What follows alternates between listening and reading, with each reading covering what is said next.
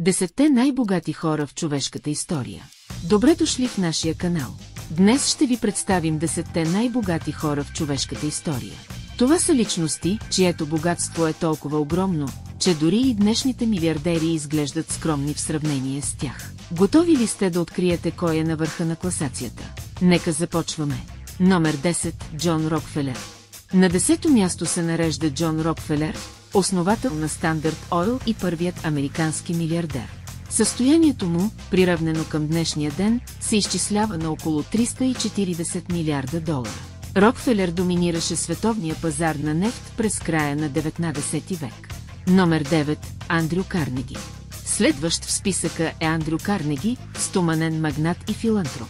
В края на своя живот Карнеги продава своята компания за над 480 милиона долара, което в днешни пари се равнява на около 372 милиарда долара. Той е известен не само със своето богатство, но и с дарителството си.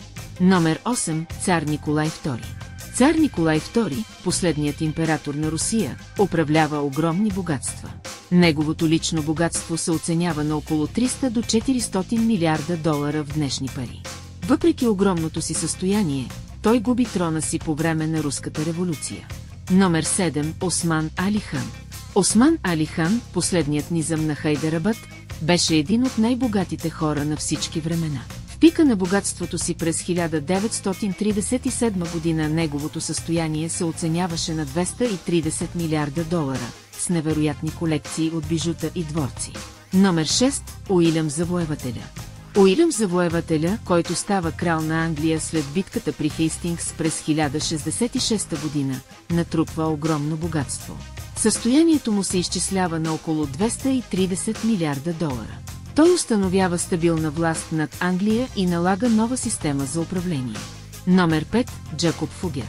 Джакоб Фугер е германски банкер и търговец от 16 век, който контролира огромна част от европейската икономика. Богатството му се оценява на около 400 милиарда долара. Той е смятан за един от първите велики финансисти в историята. Номер 4. Август Цезар.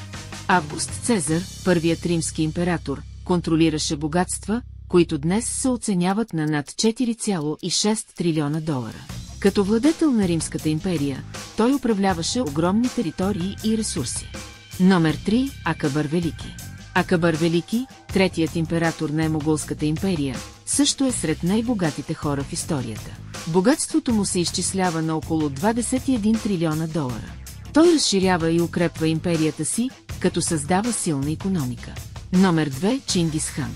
Чингис Хан, основател на Монголската империя, владееше най-голямата империя в историята.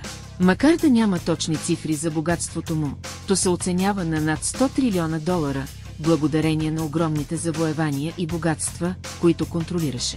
Номер 1 е Манса Муса. И на първо място, най-богатият човек в човешката история е Манса Муса, владетел на Емалийската империя през 14 век. Неговото състояние се оценява на над 400 милиарда долара, благодарение на огромните златни залежи, които притежаваше. Пътешествието му до Мека се превръща в легенда, като той раздава толкова много злато, че причинява инфлация в регионите, през които минава. Това бяха 10 най-богати хора в човешката история. Техните истории ни показват как богатството може да формира съдбата на цели нации и да остави неизгладим отпечатък в историята. Ако ви е харесало видеото, не забравяйте да се абонирате за канала и да натиснете камбанката за още интересни факти и истории от миналото. Благодарим, че гледахте и до скоро!